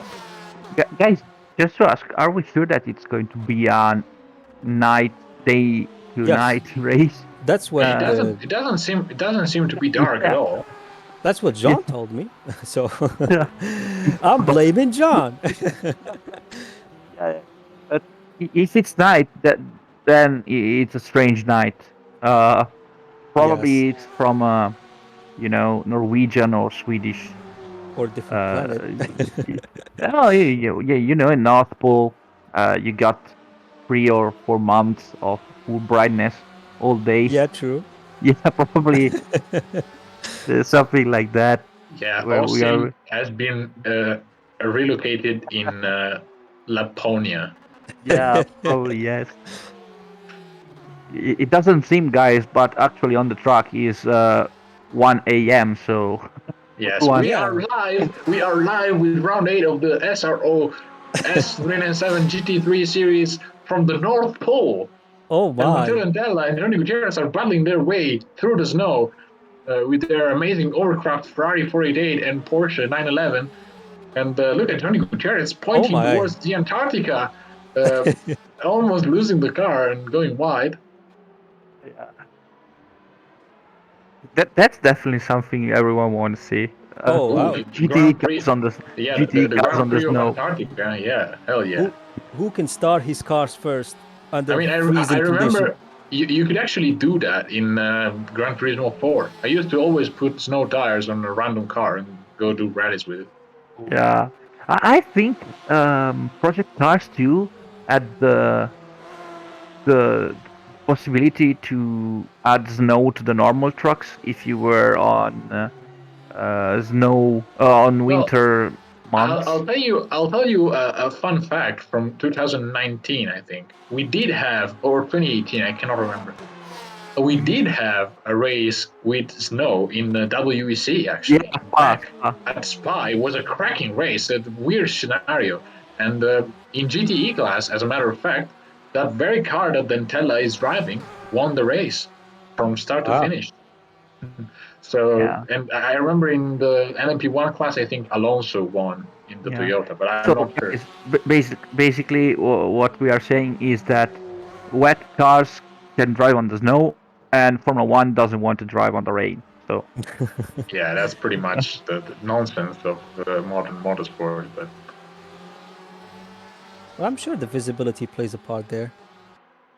yeah, well, yeah, yeah, surely. I wonder Surely. how the But Pirelli tires would behave in that situation. yeah, Hmm. but Nas. Anyway, with rain or snow, the truck's still wet, so it Yes. doesn't make any difference to a wet race, a snow race. Especially if the snow isn't the one, like we call it. I don't know if there's an English word to say that. In Italian, we said it's nevischio, which is rain mixed to snow. Um, They're like a wet snow. yeah, yeah, perfect, exactly, Hmm. exactly. That's kind of I don't know that's if that kind of exists, Well, Ricardo, but a bit of physics. Water starts to become ice at 4 degrees Celsius. So between 0 Celsius and 4 Celsius, you have mixed snow with the water. Then below zero, from 0 and below 0, you have solid water, which is ice. So that yeah, you yeah, have that full weird snow. range. between 0 and 4 Celsius, where you don't really have complete sublimation or solidification, whatever you U- want to call it. Usually the perfect snow, if you can say the perfect snow, uh, came when the temperature is 1 degree under the zero. Yes. Uh, Usually is there is where you have the most problematic snow. Wanna say like that, a snow that can attach to the tarmac. Um, as we speak, Dentala is again pushing to get on Tony, uh, because we are speaking of snow while these guys are running a race. So Yeah, and sorry, guys. still far from the top three, but Matt Horst and Nick Newcomb still fighting over that P6 and P7. That battle Yeah. has been going on forever now. Oh, look at that. Dentella Johnny goes Stick. wide, and that's a huge run from Johnny Gutierrez. Johnny Gutierrez absolutely tucked up behind Martin Dentella. Look at the Porsche trying to find the right spot. Oh, he went for that inside. He's definitely going for it. And this is going to be the blowing strike on Dentella's Oh, but championship, he's even probably. able to stop the car. Well, actually, Yeah, he definitely. is. What a good maneuver by Johnny Gutierrez. Look at that. Well, you've got no damage. You've got nothing to lose, and you're ahead of the guy who's fighting, and you're the champion. Wow, that's Absolutely. And one way guys, to finish. this may be the final blow to Dentella's hopes of Well, of I'm gonna anything. be. I'm gonna give you some facts, Ricardo. Dentella has done 5 events, and he's fighting for the championship, while Gutierrez has Yeah, done 7. I'm not belittling any man. Both great drivers, both great men, but absolutely. I'm just Not trying to not show the effort done by Dentella. absolutely. Not to mention Nas, that the Detroit race, Dentella had actually done the pole position. Yeah, we know about 1 millisecond. We all remember that lap with one Yes. millisecond quicker than Well, in Johnny. Italy we say "porto muso."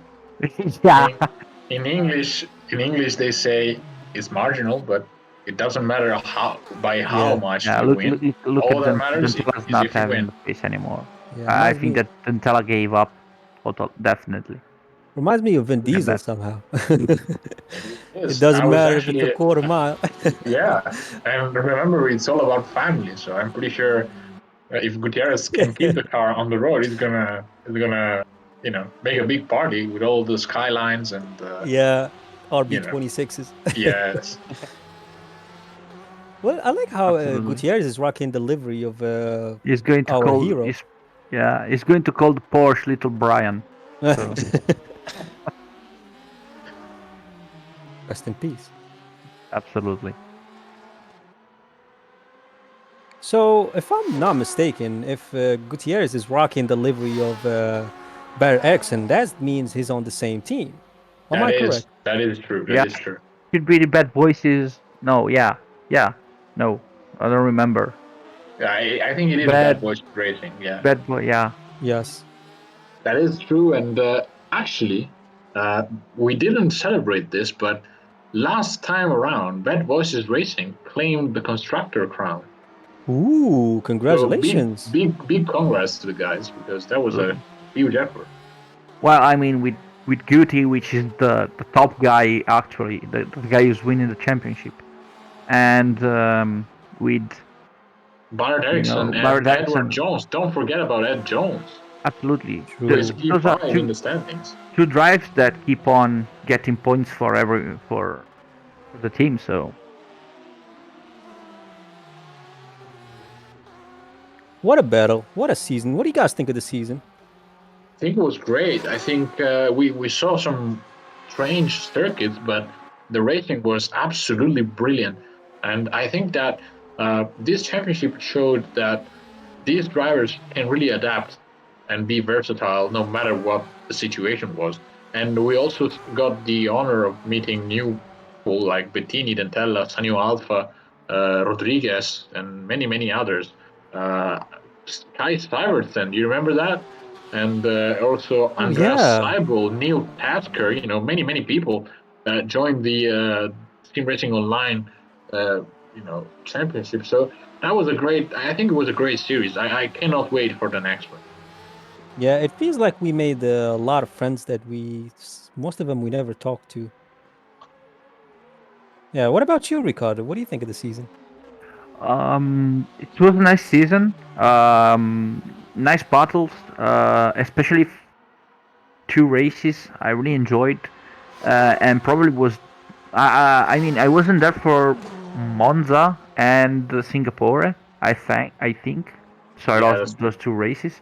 Yeah. Um, but to me, the favorite races were the first one on Pittsburgh and the one on Virginia, which were the two races with wet and dry conditions mixed together. Um, Johnny is actually deserving the winning. And we know that he's a fast guy and extremely consistent. We never saw him in this championship, neither on the GT1 championship that he won before, making much mistakes or having much problems. And this is part of, I mean, sim racing. You're having problems. No one can help that. And actually, I think that Johnny is not uh, for Johnny getting the win of the championship is not enough because he's closing the gap to Tony. But I mean, it was an amazing championship to me. So, what if I ask you, Ricardo? I'll start with you. Pick one race and one race that you think was the highest or with the most highlights or the one that you enjoyed the most. Which one would it be? Even if the one you didn't attend, like Monza, for example. I would say I don't remember what the name of the truck was. I St. think Petersburg? no, I think it was the second or third race. Detroit?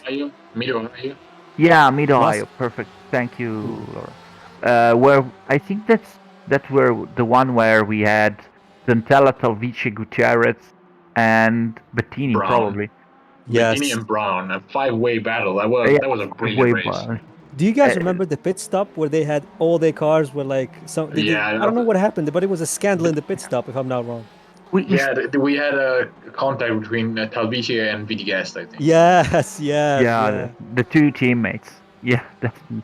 Wow. Uh, and probably that was the best race. I mean, a 5-way battle. That's something that every Yeah, it motor. doesn't happen every day. Yeah. Yeah, that's what every motorhead wants to see. You know. That's interesting. What about you, Lorenzo? Don't take I your think time. I think I think I have to agree with Ricardo. I think the best race we saw Yes. was Mid Ohio. It was Ooh. the consecration of Dantella pretty much, Yes. with that amazing battle between him and Gutierrez.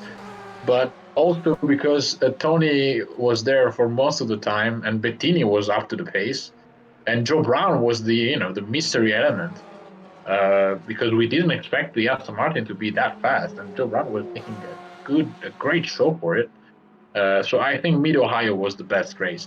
I think, on the other hand, I was not expecting the street circuits to be that exciting, but both Maastricht and Singapore were amazing to watch. They delivered. Um, They absolutely delivered. Absolutely, absolutely. And Maastricht, I think it was the most unexpected scenario for everybody, but racing was absolutely up to the level. I think Singapore was the best street circuit out of the three. I think the race that didn't really blow me away was Detroit, but just because it's a very difficult and technical track, and these cars are not really meant for it. Although they do race here, they do race there in Detroit in IMSA, I think. Yeah, Yeah. and I think that Maastricht they gave us. Speaking of Matrost, which is the car that we are looking at right now, I think that Maastricht was his best race, wasn't it? I mean, it was I'll have to like check on Alpha. that. I think it Just was. I think it was just Alpha seconds lower than the top guys, which in a technical truck like and long truck like that, being slower than Alpha second is not that much. In fact, it actually. was Detroit where he finished P2 and Mid Ohio finished P3, P4. Wow, well, that's actually very good results by Matt Horst. That's what you're speaking, right, Ricardo? Matt Horst. Yeah, but I think that the best race he had was on Maastricht, or at least the best quality was like on the pace of the top guys. He was P4 and finished P4, but his best results was on Detroit. He qualified P4 and finished P2. Holy, Yeah, what a but yeah, result! yeah, I'm not talking about the result. I'm just Yes. talking about the proper race and his pace, his lap times. I think the Maastricht was the best Oh, you in mean where terms he of pace. performed? Yeah, Okay, I see you. Yeah, Matt Horse has been a superstar of most of the races. In fact, I actually forgot about it. Hadn't you mentioned that? Great, well, performance, like you said, and finishes as well, with lots of P4s and P2s and two podiums. And but the it's last two races they haven't been so great, Monza and no, Virginia. it's kind of offset that only one between Brown and Horse could pick the P3 because I think that they both deserve the P3 True. because they improved a lot during the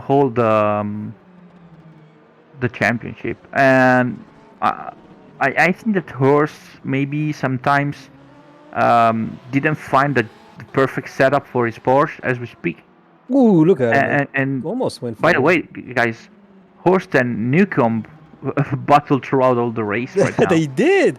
How, Ricardo? How could you do that for an hour and a half?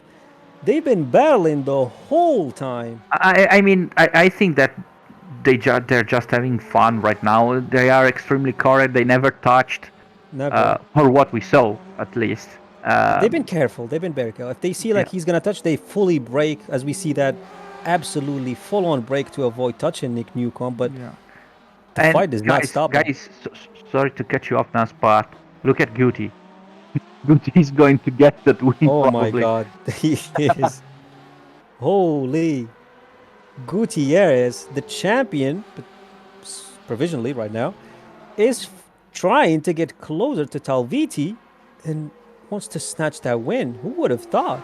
Somehow it says 3, but I think that's his number, right? I think yes, but what what gets me incredibly astonished it's that Guti always made the difference on the second split, on the second. Oh my god! Yeah, Stint? yeah. Sorry, I didn't have the word. That's Yeah, fine. on the second stint, Yeah. he usually made the first stint calm, quiet, stay back, look at what happened, and then the second stint, he just clicks on and say, okay, now it's time to go and win this race. It's like he gradually starts and slowly builds up his pace and until it's the last moment where it actually matters, he performs. Well, that actually Ricardo says a lot about him and why he's potentially or provisionally the championship and soon to be in less than 7 minutes. Yeah, to win, you have to, let's say, level up on when it's important, not level up when it's useless. And that's quite what Johnny is doing right now and proving. Um, because every time we race, we say, "Oh, Dentala's great, Talvica's great. Look at Dentala, what made he missed two races and still was able to fight." That that is true, but Guti is always there. I mean, with the GT1, he was there, and right now, I mean, he's about to overtake Tony. So I don't Yeah, know if he's going to do that, but he surely proved that he was faster. Right today, he was unbeatable. I'll tell you what, That's what. Ricardo. I'll tell you something. I feel a little bit of a. I have an emotion now for, or let's say, I don't know how you would call it, but since the lots of things, bad things that happened to Tony, hardware issues, DNFs, connection issues, I want this win for him somehow. Well, I shouldn't side with anybody since I'm a commentator, but I somehow, I would be honest that I would say I want it for Tony, but if he has to fight for it, of course. And if Gutierrez does a little bit better, he deserves it too. They all deserve the win if they work for it. But somehow, I want Tony to take this. It's somewhat of like a motive to put him back in the game as Oh, Gutierrez Johnny. does a slide right there. Hopefully, he didn't hear me. That Tony wants to win, and he's just like, you know what? I'll give it to him. Well, surely that's not the case. That was a joke. But yeah, do you understand what I said, Ricardo, about Tony wanting him to win this to actually motivate like his engine, not the car engine, but his heart, for example, like it's a metaphor to get him back in the game and actually give him that start or kickstart to get back into a championship. Hopefully, the next one, and maybe become a champion soon because he definitely has what it takes. Yeah, I definitely feel what you're saying. Um, yeah, I quite agree. I mean, Oh, look at oh, him again. He's not letting us speak, Ricardo, is he? Johnny, please, not now. Johnny, be careful. Uh, yeah. But yeah, I feel what you say. Yeah, Tony was probably one of the most unluckiest driver we have commentated on the last 2 seasons. To be honest, both the GT1 and the GT. Uh, he was having problems almost everywhere, and I think that a win without problems can. Oh, what a pity by now. A mistake by Nick Newcomb and Horst get P6. What a pity. Yeah, look at that.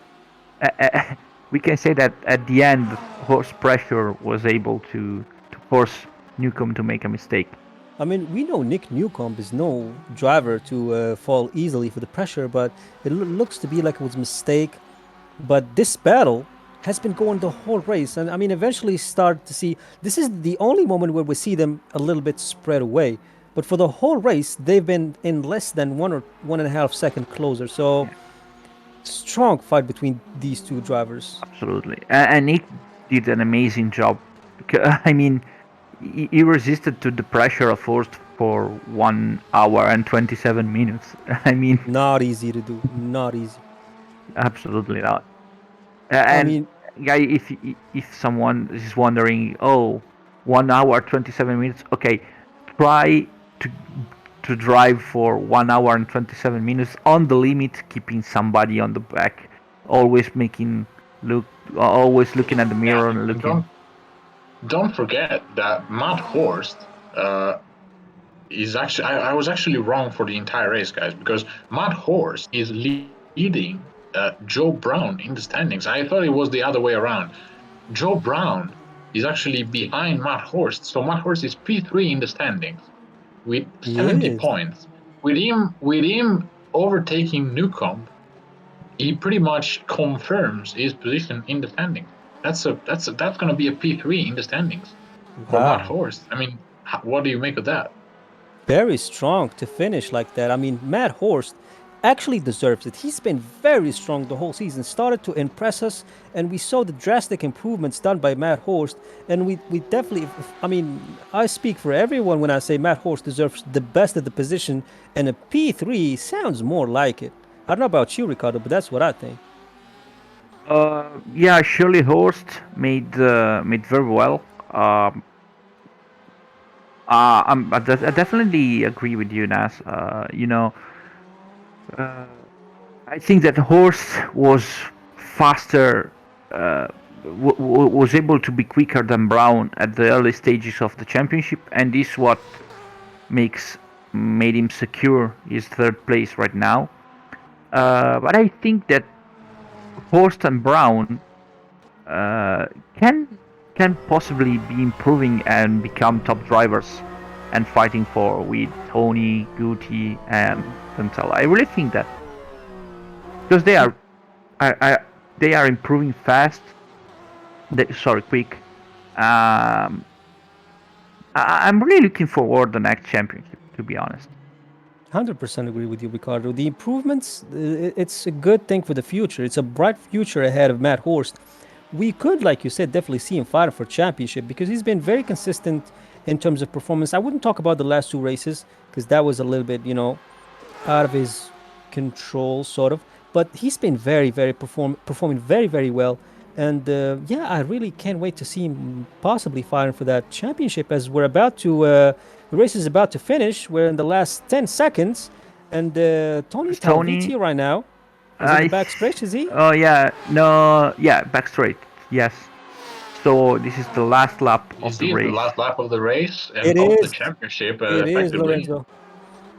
Oh I my. think I think if nothing extraordinary comes out of the blue, if an asteroid hits the track, which of course is So, located guys, in the North Pole, I mean, uh, it's USA. Could Lord, happen. sorry to Johnny, cut you off, but we all agree that it's night and Johnny Gutierrez doesn't have his lights on. So, yeah, yeah, the 55,000 second penalty to Johnny Gutierrez for security, safety violation. we know that there's brightness around, but it's night actually on the It Arctic is. Pole, It is. so Gutierrez is going to be disqualified for not Last having two his lights on. corners, last two corners Ooh. coming up. Dentella Tony makes that jump there. Talvice rounds up the last corner and is the winner of round 8, and Well rightfully so. I deserved. mean, well deserved. And And Johnny most Gutierrez. importantly, Tony Gutierrez, The champion. champion of the Look season. at the checker flag is in the air, and Dentella almost collecting Johnny Gutierrez at the end. Good, huge respect to these guys. Look at them We have flashing seen lights. we have seen a Oh, it's great battle all the way. Look at this for a picture. I mean, Johnny, Yes, too late for you. warriors. Johnny, it's too late for you for showing us that your lights were able I, to I want to see function. some donuts. There you go. Burn there them we Yeah, there go. you cars. go. Yeehaw. I mean, we're in America. Come on, boys. And the celebration donuts by Dentella. Great season to join for 5 races And and doing Baron the work he did. Eriksson, silently, quietly Yeah, it snatched that standing. before. Look at him. Did he cross the start finish line? I don't think so. No, No, no, it's still on the is race. yet to cross the line, but Bart Eriksson Wow, equals his best result of the season well with a deserved. brilliant and silent, as it's his style really to do a quiet performance, but always a Absolutely. solid drive from Bart Eriksson. The Sam Fisher of SimRacingOnline. Last corner coming up. Speaking of unlucky guys, I think that Barrett could have secured his P3 on the championship, but it was one of the unluckiest into the GT championship. Yes, that's been the case. And Joe Matt Horst. Brown with an amazing comeback on the last races on Matt Hurst. Unluckily, Stephen Wenham, P9. Nice job, Stephen. That was a great job by Steven. Matt Horst is And Joe Joe Brown. There you go. Brown. Joe Brown, another great driver. I think he is the one who, other than Matt Horst, I would put the one of the awards on Joe Brown really. At the NBA, the most improved driver of the Yes, season. Let's say like yes, that. True. absolutely. And look at Matt Horst slowly breaking there. What a season, boys. What a season. Nick Yes, Newcomb as well. Let's not forget about Nick Newcomb. What a man. Showed up, had lots of ups and downs, but always shows up, always practices and put the work. Great performance by him as well. Finishing in P7. Not so bad, not too shabby. He had a long fight with Horst. The whole race they've been fighting non-stop from the start till the finish. And Horst took the lead at the end. And as it finishes, Tony Talviti wins this race with 43 laps. But that doesn't put him the championship. The championship of this series is Johnny Gutierrez. Congratulations to him and to his team for snatching the constructor champion. Finishes in a strong P2 after a long fight between Dentella and Talviti. And speaking of which, Dentella finishes P3. Strong podium to finish the season and come back later for possible championship fights and maybe become a champion in the near future. Bear Eriksson, beautiful, best finishes in the season.